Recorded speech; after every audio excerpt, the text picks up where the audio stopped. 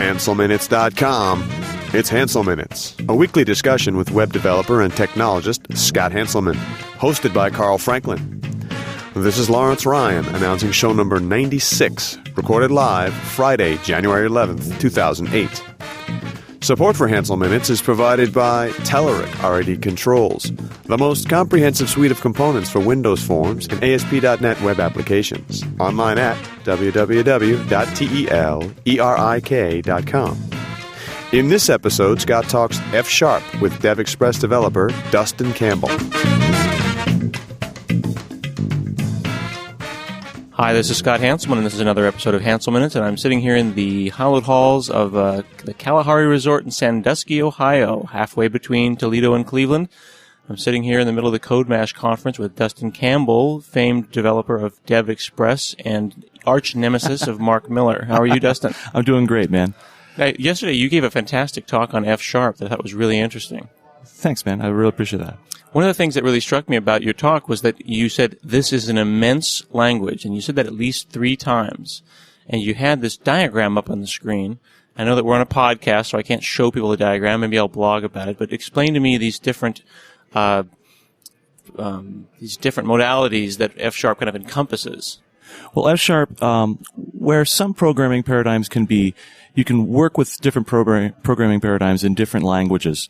F# actually fully embraces 3. So functional programming, object-oriented programming, and imperative. All right. Now, what goes along with that is a massive number of features. So you've got your functional programming features, which are fully in there, like automatic generalization and extreme type inference. But then you've got object-oriented features that are almost, some of these are unique to F#. And on top of that, things like, compiling to mono and standalone executables and all those sorts of things that are just like, there's a lot of features in this language. It's a huge, huge thing. You keep using really enthusiastic adjectives. You keep using things like immense and extreme. You said extreme type inference. That seems like the X Games. What is an example of an extreme type inference? I mean, you're pulling information from as much context as you can. Mm-hmm. From other places. I mean, where can you pull this context from?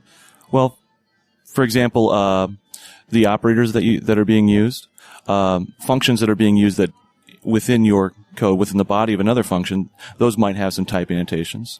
But the F# compiler can also say, you know what, I'm not sure what these types are, but I can make them generic. I know that I can make these generic types for you. So you might declare a function, and it might not actually say, hey, this parameter is going to be an int. It's going to say, you know what, this is going to be the generic type parameter A, that sort of thing. Now, when you say generic, I think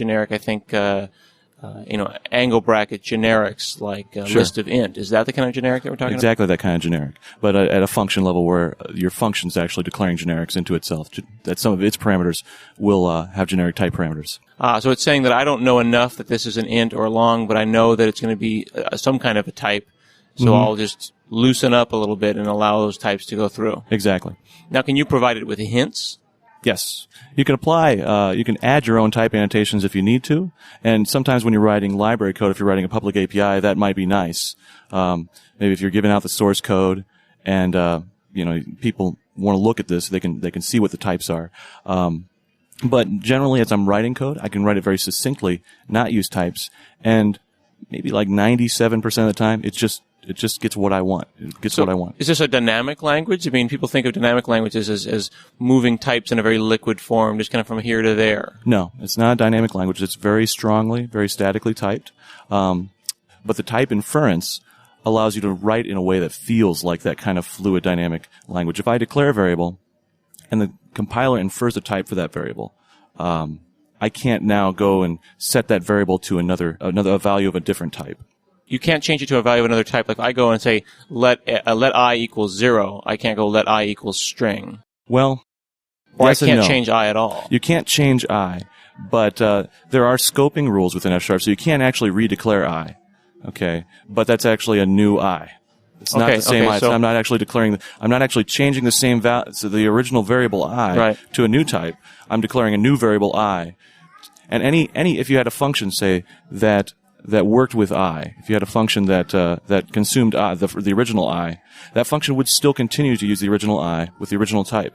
But if you redeclare I to a new type, that I now exists for the rest of the scope. Okay, so at this point, we've lost 90% of our listeners. So let me see if I can understand, because I'm struggling to understand this as much as I'm sure some of the listeners are. So if I go and I say let, this is like what I would think of as dim. I mean, I'm basically just making a declaration. Sure. Let I equals 0, and I'm saying that there is a name now that is bound to the value 0, such that when I refer to I later, I'm really referring to 0, but I'm referring to it with a friendly name. Yes. Okay. Did I get that right? Now, I can't say I equals 2 later. No. That seems like a very big mental change. I mean, you're saying that there's really no variables. It feels like there's only constants. There's not that they're constant. In fact, it's just that they're variables, but they're immutable. Okay. So they can't be changed unless you declare that variable differently. For example, you could say let mutable I equal 0. And now you could then use an assignment operator to change that I. So it is a variable. It's just by default in F#, all variables are immutable. They cannot change. Okay, and that sounds like a hassle. It is kind of a hassle if you want to program in that. If you're used to that old imperative style of programming that we've been indoctrinated with since Fortran. Right. So if that's what makes you comfortable, then it will feel a bit of a hassle at first. Okay. But once you get used to it, once you get used to the idioms of a more functional style of programming, it becomes very natural. So there's an interesting contrast here. You're pointing out very explicitly that there's the imperative style of programming, what you refer to as the Fortran style, and then there's the functional style, which is, I assume, from the Lisp world. Mm-hmm. And these are, I think there are a lot of people out there, a lot of people of my generation or younger, who just never learned Lisp in college. They skipped that part because imperative programming has been so fundamental to everything that we've done. Can you talk a little bit about those differences? I mean, what really is the difference between functional programming and imperative programming? Well, you made a good point that really it comes from Lisp, right? Really, if you think about it, the two oldest programming languages in widespread use, which would be Fortran and Lisp, are really kind of the mother languages, right? Lisp being the mother language of functional programming, Fortran being the mother language of what became C, and then, C-based languages like Java and C# and all of our imperative languages. But what makes these languages different is that Lisp, while it was trying to solve math problems, it would start from the mathematical symbols. That's where it started, and then it moved downwards and added abstractions below it. Whereas Fortran started kind of with the numbers, and it grew upwards, added abstractions on top. And that's what we live with today. What really makes these, I think the words that they're kind of buzzwords, so I hate using them in one sense, but the words that really just kind of describe what these are doing is that Lisp is more of a declarative style, where you're saying, or a functional programming language, to get away from Lisp, say just the functional programming languages in general allow you to write things in a more declarative way, saying, this is what I want done, as opposed to an imperative style, which is more like a recipe, like you're a chef and you've got a list of instructions that you want to follow step by step, and say, this is how I want this done. This is exactly what I want the processor to do, the steps that I want you to go through to do it. And in a functional programming language, you do the opposite. You say, this is what I want you to do, and I really don't care how it happens. Okay, so that's a really good description. I'm going to paraphrase that because you kind of blown my mind there. So a functional programming environment is where you're basically saying that, here's the state of affairs as I know them initially, and here's a description of what my ultimate goal is. Go ahead and get on that. Work that out. Start. And not concerned if it's recursion or if it's a big old loop or whatever. You just make it happen and call me when it's done. Yes. And then in the imperative format, we start out with some beginning state, as we did before, but then we say very, very explicitly all of the state changes that we're going to go through in order to get something done. And it's completely up to us to decide how that gets done. And sometimes that how is outside of the scope of the problem itself. And we may not know the best way to do that. You had a recursive function add that took X and Y and then just added 1 and returned. And you wrote it in C# and then you tried to add like 38,000, Yeah. 1 plus 1 plus 1, and you recursed, and you blew the stack. Very nasty exception to have happen. And not only did you blow the stack, but you took a long time to do it because the stack got really big. I mean, there was a huge 37,000 deep stack, but when you did it in F#, you wrote basically what I perceived to be the same recursion, but it happened instantly, and it didn't blow the stack. Was there no stack? Is there no spoon? Is there no spoon? There was no the way F# compiler took a look at that bit of recursive code. It could see that the very last thing that was done by the function was to call itself. And it's called tail recursion. That's what the tail means. It means it's the very last thing that happens. And it took that and it was able to say, well, if all I'm going to do is go back to the front of this function again, then all that I need to do is turn this into a while loop. And that's what happened then in the talk, in the session. We brought up Refactor and we took a look at the C# code compiled exactly as I'd written it. When we looked at it with Refactor, and then we looked at the F# code in using the C# decompiler, and we saw that while loop. And so it really happened almost instantaneously because it was just increments and decrements within a while loop. Now, is that a feature of the language or a feature of the compiler? I mean, the C# compiler is getting very, very smart. There's a lot more method inlining and there is some tail call optimization in the jitter of the CLR, but apparently not enough to have spotted that issue and fixed it. Sure. So is this a feature of the language in the sense that kind of optimization has been brought up into the language spec and said that this is something that we'll handle, this is an optimization that's appropriate, or is this just that the F# compiler is just so smart? Well, it is more of a language thing because functional programming in the F# language is so built upon recursion. It's such a natural fixture, an idiom that's used that it really is part of the language. So even if you do things that you would think, well, this isn't a tail recursive situation where you do co-recursion, what's called co-recursion, where you have one function that calls another function and that function calls the first function and back and forth to solve a problem.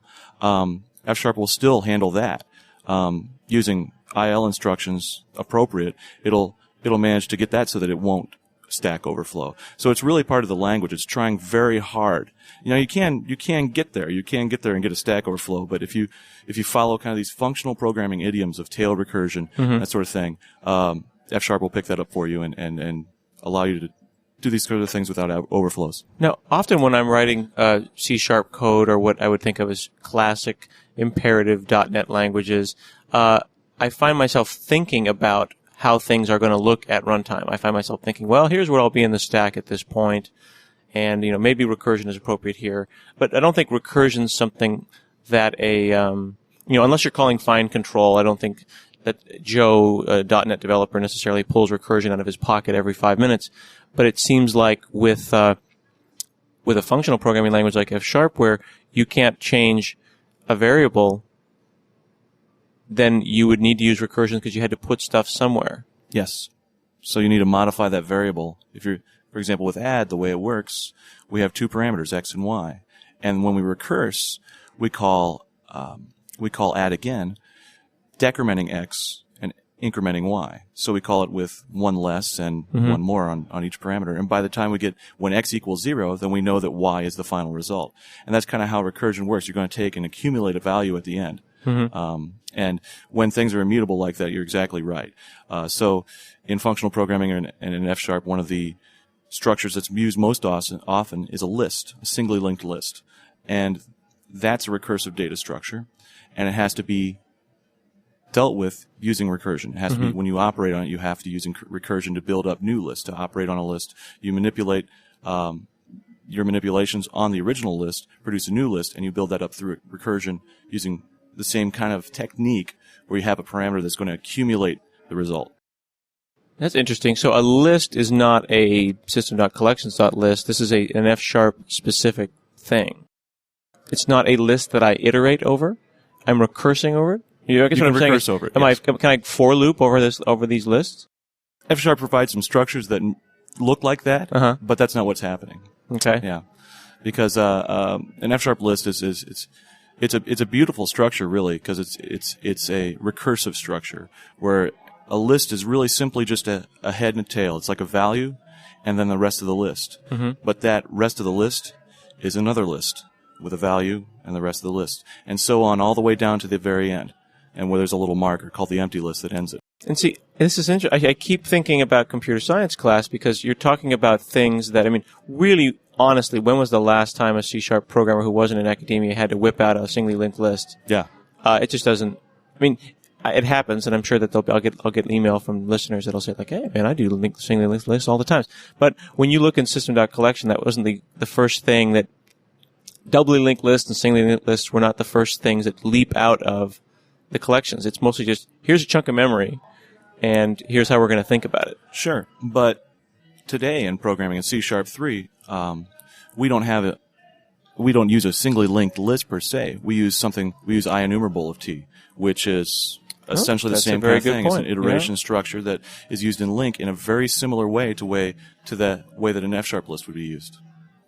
That's interesting. I didn't think about that because my next question was going to be, has F# kind of come out of nowhere, and because it included non-functional paradigms? Because at the beginning of the talk here, I was asking you about you threw up this diagram that said functional and object-oriented and imperative, and then you drew this kind of circle around them all and said, well, F# really encompasses all of these things. Mm-hmm. And one of the things that I personally feel has made functional programming languages less applicable to me in my life was that the problems I solved didn't feel like classical functional problems, but this may be one of the most accessible languages for the .NET developer because I can do things in the old way, but put my toe in the pool, I guess, if I'm not quite ready to jump in, cannonball style. I want to just feel around, and I could move from paradigm to paradigm. And I wonder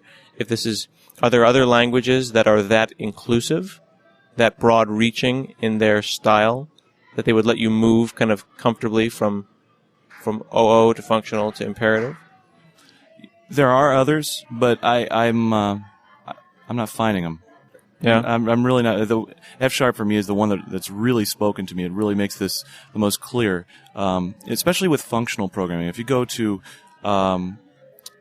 for example, if you want to try and learn functional programming and go to a language like Haskell, right? That's what I learned in college. Thing, right? Yeah. It's it's a very different thing. It was weird. And there are certain things that are forced upon you. Whereas in F#, like we said earlier, yes, you can. Your variables are immutable by default, but it's fine to go ahead and declare a mutable value as well because F# does embrace imperative programming. It allows you to program in an imperative style as well. If that's what's comfortable to you. Mm-hmm. Hopefully, as you get more comfortable with the language, you'll do that less, but you won't fall back so much on that kind of older style thinking that's more comfortable to you. It seems a very inclusive language. We had Robert Pickering on the show who wrote an F# book a couple of months ago, and he pointed out that one of the things that was attracted to him that it allowed you to have significant white space, yes, or not, yes, and that or not part was really interesting because it's unusual for me. I would think that a language could provide a choice like that. Languages are always so dogmatic, Sure. Here's how we do things in Scott Sharp. And, if you don't like that, well, phooey on you. But here's a language that said that here's a religious issue that, it's almost like don't eat pork. But if you do, here are some wonderful recipes. And it's that way in object-oriented programming too with F#. I'm finding as I do OOP-style code in F#, I'm writing design patterns. I'm coding them in very different ways than I would have in a language like Java or C#. For example, you just made a really good example of giving you the options there, but not saying here's what you have to do. Mm-hmm. F# supports implementation inheritance, right? But implementation inheritance has some baggage and overhead associated with it. When you descend from a class, you're essentially making a more complex object a lot of the times. And so implementation inheritance can be the cause of some problems in object models that become brittle. Models become brittle and that sort of thing. So F# allows you to do implementation inheritance, but it downplays it. It gives you another language feature called object expressions, which allow you to take, say, an abstract class or an interface and just instantiate it, giving it its members, giving it the implementations that you want at the time that you instantiate it. So instead of actually having to go out and declare something and declare some descendant or implementer of something, you can just construct it right there. So this is interesting because it's not a language that is looking down on you if you try to do something. It's saying that you can do this, and rather than making you feel guilty about it, they simply provide an alternative method that if you find more attractive, we would encourage you to use. So it seems like it's a very friendly language. It's a very friendly language, but it's a research language. So when I said it was immense, part of that is that it just keeps getting more features, that some of which are very experimental. So it's a very friendly language in the one sense. In the other sense, it's very large. It seems like if you looked at all the features in a big list, it would be very daunting. So my talk earlier was about trying to start smaller with it, and build from there. It's a good topic. Starting small with F#. Yeah, that's our topic today. Now, this is interesting. When you say it's immense, are you saying it is immense in its feature set, or is it immense in the sense that it's going to use a lot of those, if I hold down Shift and start pushing funky swear word looking characters at the top of the numbers row of my keyboard, that it's going to use more of those in a very terse and uncomfortable way? No, it doesn't. It's actually very succinct. And part of that's the type inference. Part of that's just flexible syntax.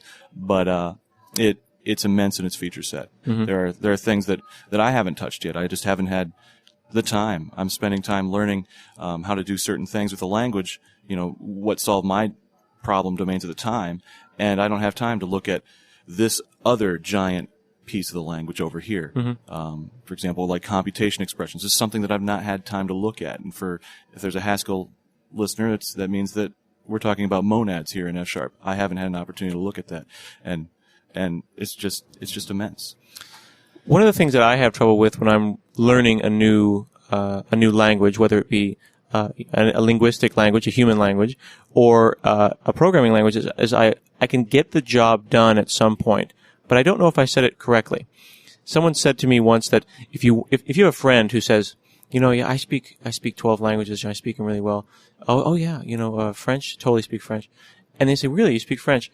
You should ask them how to say, flush the toilet.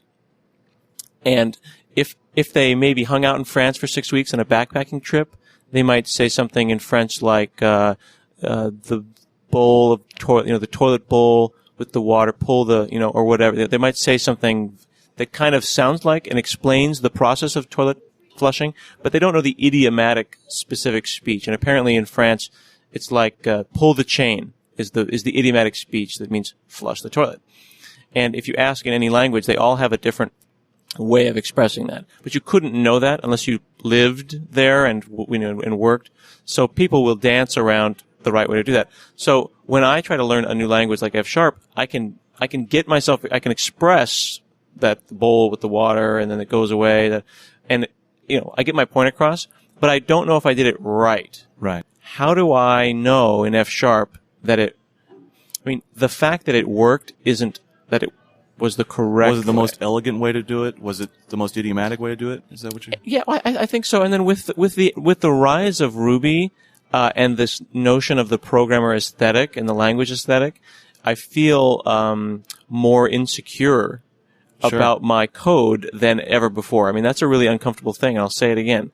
I feel insecure about my code more now than before because there seems to be an unwieldy amount of peer pressure on behalf of the community, no matter what language they have, about, here's a better way that you could have done that, someone will write something and then another guy comes out with a C# link expression that, is like 8 characters and it's unbelievably elegant. It doesn't feel like a really great way to learn a language, and certainly not a very good way to feel good about oneself. Sure. How do you know when you're learning F#? Because I would say you're relatively new to this language, right? Yeah. How do you know that you got it right? That this was the right way, the beautiful way? Do you ask around? Do you look at examples? How can a listener jump into this language? Because so often you hear people say, oh, yeah, I've been poking around with F#. I've been poking around with this language. They make it a chapter or two into a book, but they don't really drink deeply of the language and learn how to say flush the toilet. There's a budding community around F# that will help, that you can go and you can ask questions, and you can see examples of ways to do things. I'll go to the FS Hub, which is a community server that was set up with forums on it that people ask questions. And someone will post a bit of code and say, hey, what's the best way to do this? And then you'll get 4 different responses with different styles and different ways to do things, and it's a friendly community, which is fun. And you can and then eventually you'll see one of the implementers of the language will come on and say, "Oh no, here's how I can do this really succinctly." So, and that's kind of a lot of fun.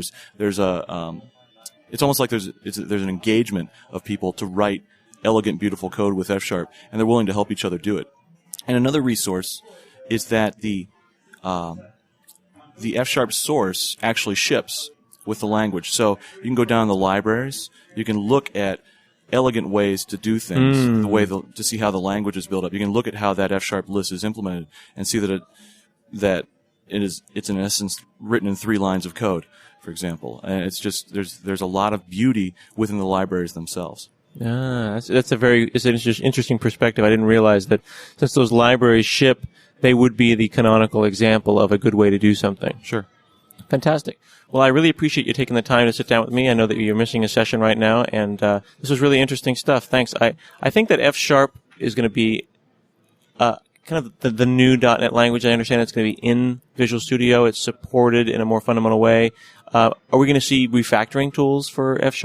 Perhaps. I'm that's kind of a personal goal of mine this year. I don't think I can make any announcements about things, but know that we are looking very closely at F# for CodeRush and Refactor, support for CodeRush and Refactor, so from DevExpress. So, maybe on the horizon you might see something there. Fantastic. New language on the horizon, F#. Thank you very much, Dustin, for sitting down with me here at CodeMash. This has been another episode of Hansel Minutes, and I'll see you again next week.